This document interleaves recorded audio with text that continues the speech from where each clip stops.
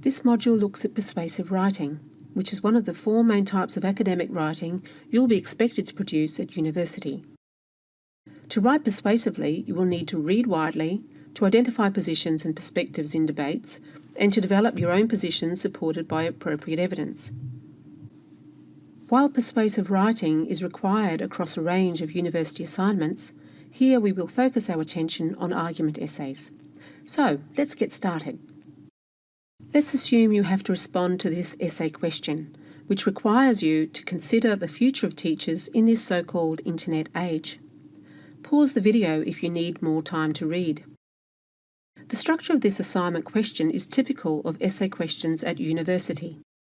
There is an orientation to the topic, a question to answer, instructions, and a scope that narrows down the focus of your response.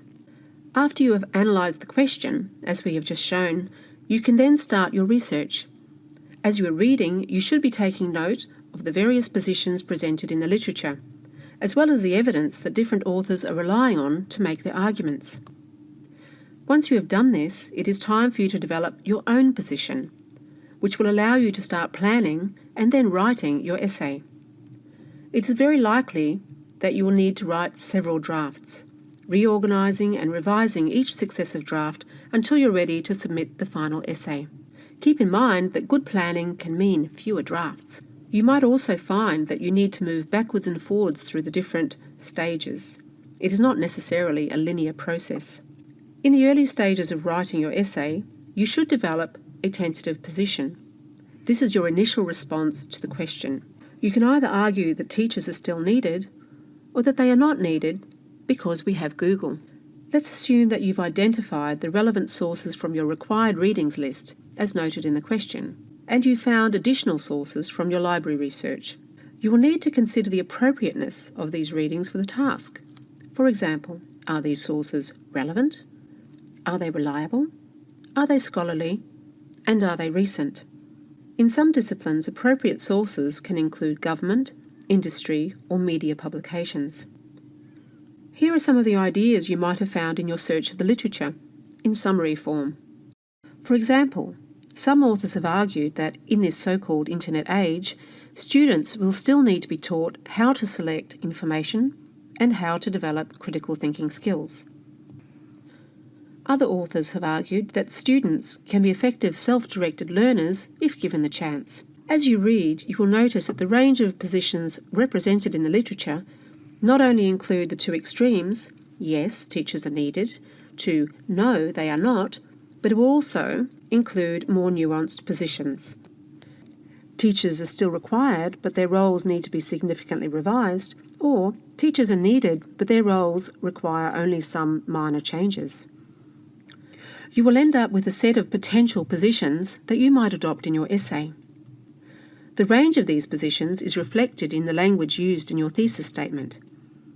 You can moderate a more extreme position by using modal words, from stronger words like will, definitely, certainly, must and should, to weaker ones like may, might, or possibly. You can also limit the scope of your thesis statement by restricting it to a particular circumstance, and/or by incorporating exceptions.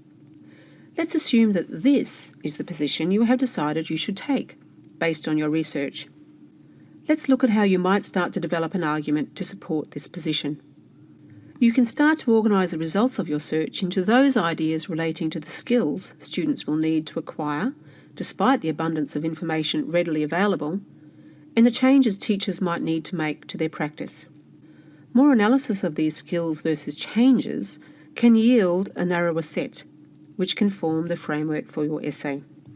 Here the skills have been grouped into digital literacy skills, like finding and selecting information, and critical thinking skills, such as identifying agendas.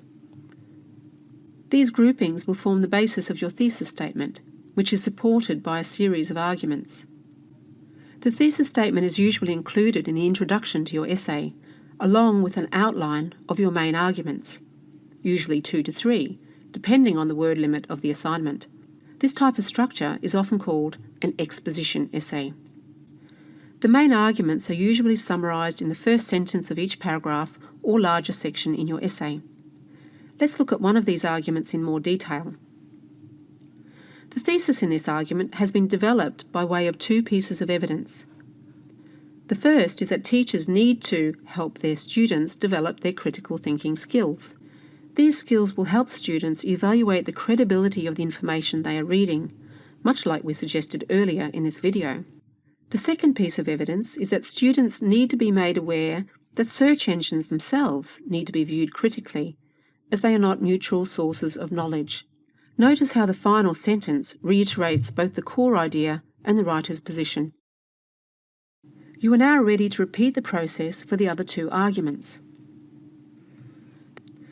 This brings you to the point where you will either revise your essay, ready for submission, or where you might need to do some more research. In this video, we have looked at a simple exposition essay. Some short essays and longer essays require a more critical approach. We will look at this more complex type of writing in another video.